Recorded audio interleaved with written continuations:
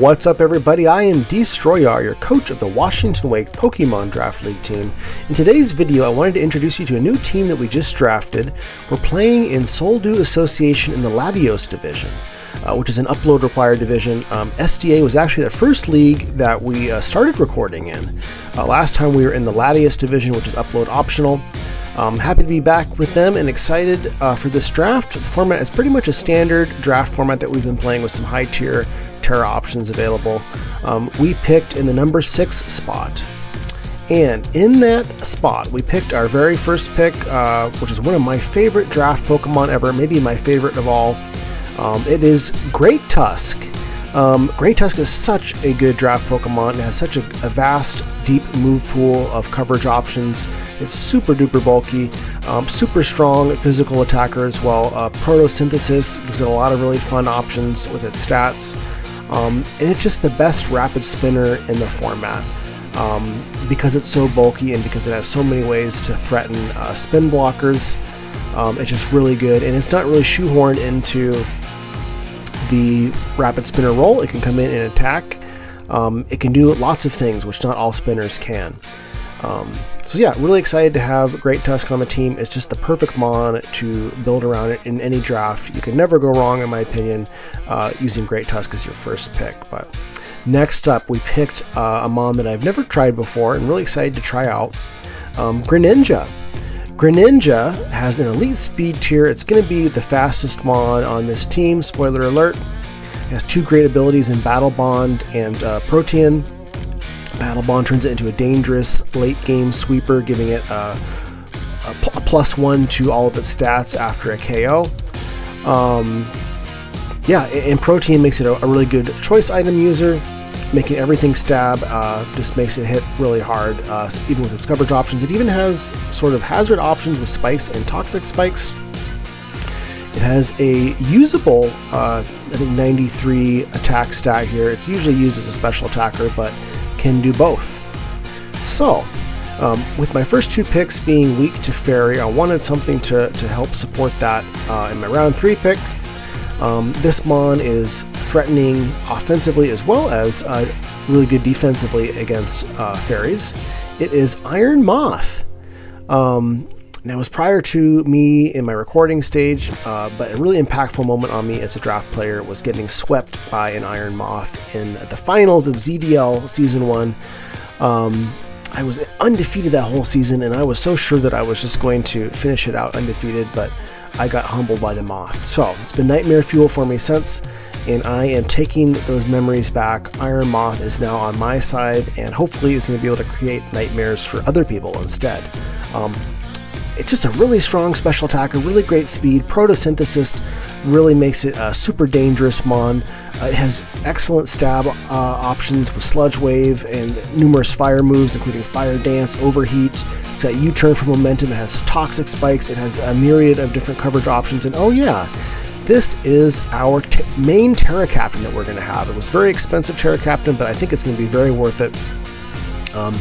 It's just going to be able to hit everything already with the coverage moves it has, and everything that it wasn't covered it's going to be able to hit with its Terra here. So, going into round 4, I really wanted to add some great support in for Iron Moth, and so I picked something for that. I went with Rotom Wash. Another fun fact, my first draft season and title was won under a different name, which was Rotom Washington. Despite that, I've never actually used Rotom Wash in a draft before. So we're trying it out this time. It just seemed like a perfect pairing with Iron Moth. It is immune to Iron Moth's 4 times grass resistance.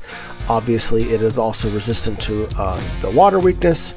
And Iron Moth is 4 times resistant to its only weakness of grass. So it just seemed to have good synergy together. Rotom Wash is just a good support mon and pivot in general. Also helps to kind of fill that bulky water role on our team. We do have Greninja as a water type, but honestly, I mean, we all know Greninja is pretty frail and it's not going to be taking many hits, so that's going to be Rotom's job instead. Moving into round 5, the fairies were going fast as they always do. I had a couple other ones that I wanted to try out, but ended up going with a comfort fairy on this one. Screamtail. Just a couple of seasons ago, I had never used Screamtail before, and I have become a believer since. I think this is now my third season, probably maybe third draft in a row almost of drafting it. I guess not third draft in a row, but third kind of concurrent timeline season anyways. But it's just so good. It's being a fast defensive mon gives it kind of a cool niche, especially with access to Encore. It has all sorts of support and disruption moves like dual screens, Thunderwave, Stealth Rock, Roar. Wish, of course, which is really huge. Being able to have Wish support for a team is super duper nice, and excited to have that. Welcome back to the team Screamtail. I hope that it continues to disrupt and annoy teams. Its job is just to be taking hits for us and disrupting when it can, and just helping to support its teammates. So the draft gets a little bit more wonky here at this point. I had made a couple of moves in the grace period after the draft. How that works, if you're not familiar, is most drafts give 24 hours after the draft ends to make whatever moves you want to kind of adjust your team after the draft. And so we wanted to afford this one during the draft, and it just didn't really seem viable, but because of some other things that were dropped, we were able to make this one work. We picked up Dragonite, our channel icon here for I Am Destroyer. So really excited to have Dragonite back again.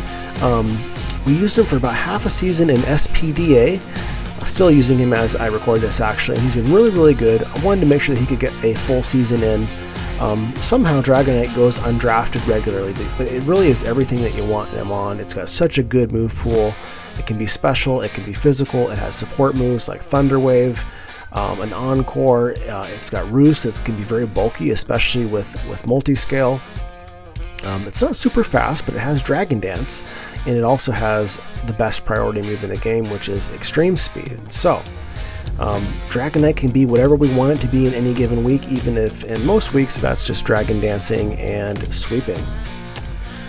Next up, in round 7, our budget was starting to get a little chewed out here. We're required to have at least exactly 10 mon on our roster, and we have been spending pretty heavily. We got some excellent value in Ursa Ring.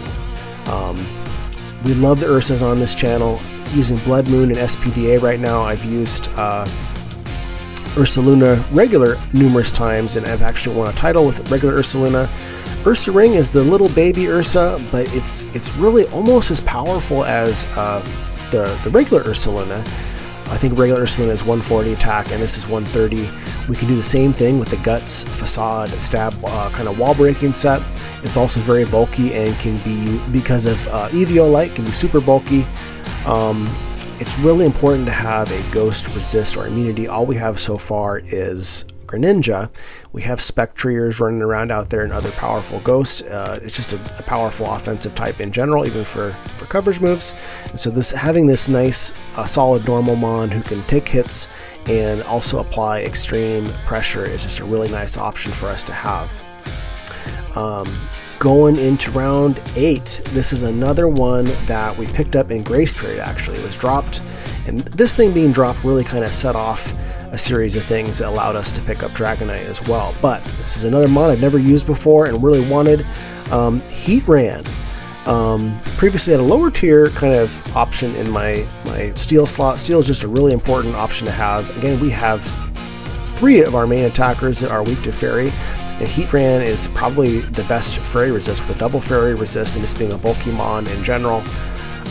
So that's what it's here for. It does share that 4 times ground weakness with Iron Moth, but Iron Moth is a Terra Captain. We have 2 ground immunities to help support it already, and spoiler alert, our last 2 mon are also going to be immune and or resisting to ground as well. Yeah, so Heatran is great. It has Stealth Rock and support options, as well as a great 130 base special attack and excellent defenses. Just a really cool option to have for us. So next up, we have 2 points left at this point in the draft. We need to have exactly 2 more mon in our draft. So our first 1-point mon we have is Swadloon. Why Swadloon? Well, it's 1 point and it gives us sticky webs. That's kind of the main reason. Having that web threat, even if we never bring it, is really great to have, just for forcing teams to plan. And if he does come along, and if teams are not planning coordinately for him, it can really win us the game, essentially, just by having those webs if they're not prepped. It's also super bulky with Eviolite. It's pretty passive, but it has baton pass. It has a 4 times ground resist, so this thing can switch in and potentially just absorb a hit and slow pivot out with a baton pass in certain situations. It has some other disruption moves as well, but ultimately is pretty passive, so we do have to be careful with that when we're using that. Lastly, our last point and our last pick and our second Terra Captain is Dartrix. May feel less than inspiring, but with Eviolite, Dartrix is extremely bulky. Granted, most weeks I'm probably going to be carrying Iron Moth instead, but in some situations we may opt to use it on Dartrix. Dartrix, again, is very bulky. It's a ground immune flying type. It has a number of support options with Haze, as well as Defog and Knockoff. It can stay healthy with Roost, and it can do consistent damages to kind of chip teams down with Nightshade, which is really cool because it can do some chip to those teams that don't have recovery on their Mon, even if it's just a little bit, and we don't have to invest in any of its attacks for it to be able to do that. And so, well, guys, that's the squad. As always, I appreciate you guys tuning in and making it this far. If you have, if you haven't already, liking and subscribing is a huge help to me, and I hope that you guys will stick around and watch some of the battles this season with me. So, cheers.